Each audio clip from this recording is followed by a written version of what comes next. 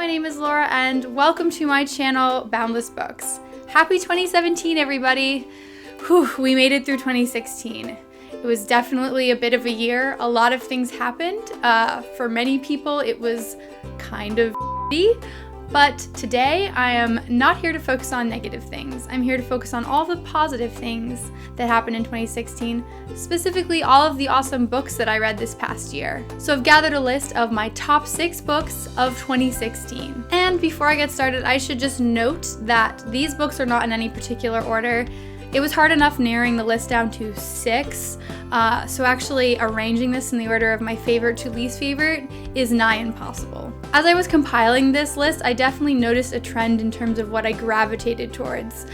Throughout 2016, I really reached for fantasies and historical fantasy novels. One of my favorite tropes within fantasy novels is that regular, ordinary people find that they're imbued with these magical, extraordinary abilities, and that these small individuals have the ability to effect great change. I think for a lot of us who grew up in the Harry Potter age, definitely myself included, this is a really comforting fantasy. It's nice to think that ordinary, regular people can have an impact, that they can fight evil or overthrow injustice. One subgenre of fantasy that I was really interested in this year is historical fantasy. So these are novels with a historical setting, however there's elements of fantasy and the fantastical incorporated into them. And specifically I gravitated towards novels set in London, be it Victorian or Edwardian London. I've always been something of an Anglophile. I studied 18th century and 19th century British fiction in college, so the fact that I've been finding so many novels that combine my love of fantasy with my love of all things British has been a real joy in 2016. So it shouldn't come as a surprise to anyone that the first book on this list is A Gathering of Shadows, the sequel to A Darker Shade of Magic by V.E. Schwab. I can't explain why, but I was incredibly resistant to read A Darker Shade of Magic. There was a lot of hype around the book and everyone was raving about how much they love V.E. Schwab and her writing style, and for some reason I just wasn't interested in reading it back in 2015 when the first book came out. However, in early 2016, when I was going through this phase of obsessively looking for books set in London with elements of magic, I decided, why not? I'll pick it up. And I'm so happy that I did because I absolutely loved the first novel. The novel follows a character named Kel. He lives in a version of London called Red London, where magic flourishes, and he has the unique ability of being able to jump between versions of London. There's White London, where magic has pretty much destroyed everything. There's also Grey London, which is our mundane version of London, where there's absolutely no magic. The novel also follows a spunky young woman named Lila, who's been living on the streets for most of her life as a pickpocket and sort of scrounging for her existence. When I first picked up A Gathering of Shadows, I was a little concerned that I wouldn't like it as much as the first book. The first book in the series was so unique, and I loved getting introduced to the world and the characters, and making a sweeping generalization.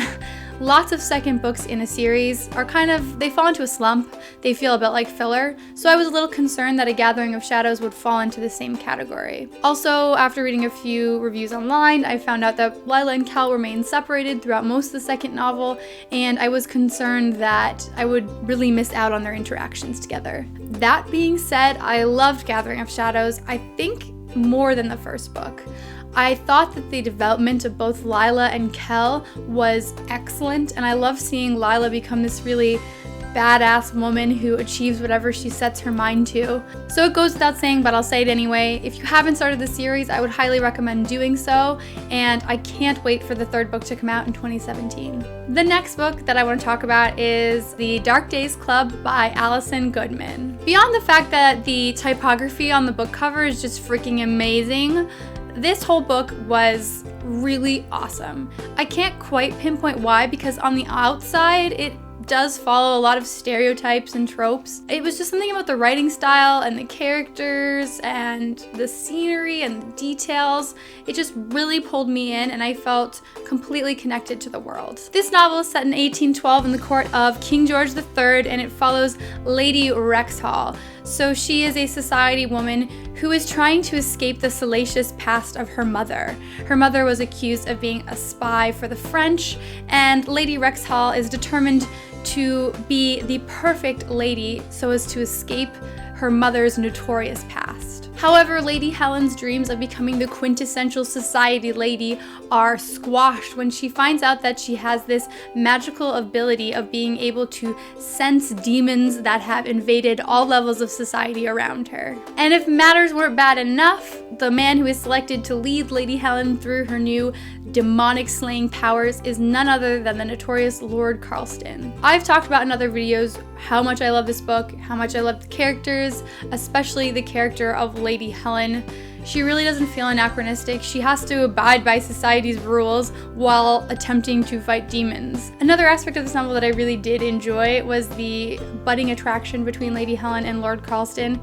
He really is the perfect sort of Darcy-esque character, a little bit sarcastic, a little bit brooding and dangerous, so yeah, A+ to Alison Goodman on that. Everything about this novel felt both realistic but also cheeky and a little bit satirical, and that's just the perfect combination in my mind. I love this book so much that I actually created a whole video on this genre of historical fantasy, so I'll link that somewhere on the screen here so that you guys can go and check that out. I believe in January or February of 2017, the next book is coming out in the series, so I am very impatiently awaiting that. And the third book that I want to talk about is, you guessed it, a historical fantasy book set in Scotland, not London. See, I do read a diverse number of books. And it is The Vanishing Throne by Elizabeth May, and this is the second book in the Falconer series. So I read the first book in the series back in 2015, and for some screwy reason, I actually never finished reading it. I read about half the book and then just stopped. So I don't really know what was going on in my mind way back then. The first book kept getting recommended to me over and over again on Amazon and Goodreads, and I knew I had started it, but I couldn't remember why I didn't like it.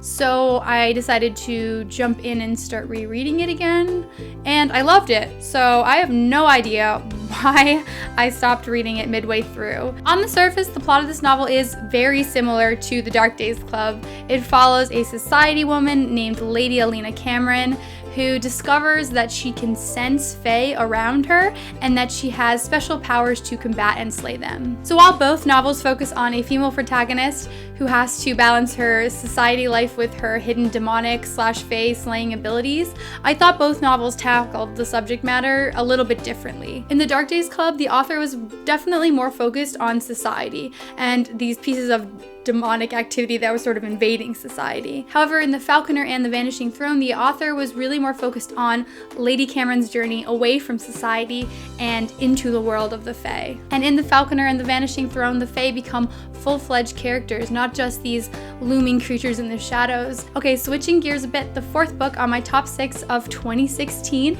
is The Forbidden Wish by Jessica Khoury. This is, yes, another fantasy novel. However, it is based off of The Tale of Aladdin. So generally when I hear Aladdin, I think of Disney's take on the story with, big blue genies, monkeys, and flying carpets. However, Jessica Khoury took an entirely different approach to this whole story. The novel is told from the perspective of Zahara, who is the Jinn of the lamp. After many, many years of being trapped in her lamp and forgotten about in the desert, Zahara is discovered by a street thief named Aladdin using a magical ring. I really like that this novel flips the story of Aladdin on its head, and really it makes the Jinn the hero and not Aladdin. In fact, the author kind of plays around with that a little bit and depicts Aladdin as a little bit lazy, a little bit narcissistic, and Zahara is really the mastermind of all the schemes and the one that emerges as the heroine of the story. I also love the fact that this was a standalone novel, which is such a rarity today in fantasy. So many books are parts of these series that seem to go on forever, or the standard trilogy. My fifth book of 2016 is Duel by Jordan Rivet. So I really love finding indie authors on Amazon. I think it's great to be able to support an author who's just trying to do their thing, and in fact I found some incredibly quality stories by indie authors. One that stands out in my mind is Lindsay Bruckner, who is incredibly prolific, and she writes some just really hilarious, snarky fantasy books. So I was more than pleasantly surprised to discover Jordan Rivet, and like Lindsay Bruckner, she really knocks those novels out quickly. Duel of Fire is the start of a series that follows a young woman named Dara, who has always wanted to become a fencer. She is the daughter of two fireworkers who have the ability to manipulate fire to provide energy and light, which is a very prestigious position within her society. However, Dara does not possess this magical ability, so she's decided to become a fighter and a duelist. She's incredibly dedicated to her craft, so she's a little miffed when her dueling instructor asks her to pair with the prince in order to help improve his dueling abilities. The Prince Civ seems to be this lazy, kind of self-indulged individual who doesn't seem to be taking the art of fencing as seriously as Dara does. So, as you can imagine, the two of them don't really hit it off to begin with. So a lot of the novel deals with the witty banter between Dara and Civ, as a lot of their antagonism turns to something else. Also, Dara's struggles with her family, who have certain expectations of her. The series is now on the 4th or 5th book. Jordan Rivet has been writing these really quickly, so luckily I've not had to wait long at all in order to get through these. They're all incredibly fun, very fast-paced. The dialogue in all of these is just really enjoyable to read, so I'm incredibly happy I found this book and discovered this new author. And then the last book that I want to talk about is actually the conclusion of a series, and that is The Winner's Kiss by Rutkoski. It's very rare for me to find a series that concludes in a way that I find satisfying after many years of reading and imagining the ending. However, I thought this series, which started with The Winner's Curse, was excellent, and it just concluded in a way that was so incredibly satisfying for me. So a lot of people on BookTube have talked about the series before, so many of you might be familiar with it, but to briefly summarize what it's about, it is set in a Romanesque society and follows a general's daughter who becomes embroiled in a rebellion after interactions with one of her father's slaves. I absolutely loved the first book in the series. I thought the two main characters were incredibly well developed. The second book in the series was a little bit of a lull for me. It felt like the author was stringing me on a little bit, something of a filler novel. However, she redeemed herself in the third book, and it started off with a bang. It picked up right where the second book left off, and I really got the satisfying conclusion that I was hoping for. I don't want to tell you guys too much because I don't want to spoil it if you haven't read it yet. So that being said, go out and read it because it's really great. And I'm excited for what else this author comes out with. Hopefully, she'll have a new book in 2017 starting an entirely new story. So that's it. Those are my top 6 books of 2016. As I'm sure you guys can imagine, it was really hard to just pick 6 because I read so many awesome things this year.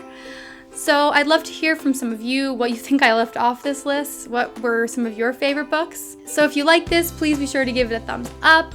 If you haven't already, please subscribe to my channel so you can stay up to date with all of my latest content. And until next time, my name is Laura, and thank you guys so much for watching. Bye! Specifically, all of the awesome books that I read this past year. My voice cracked.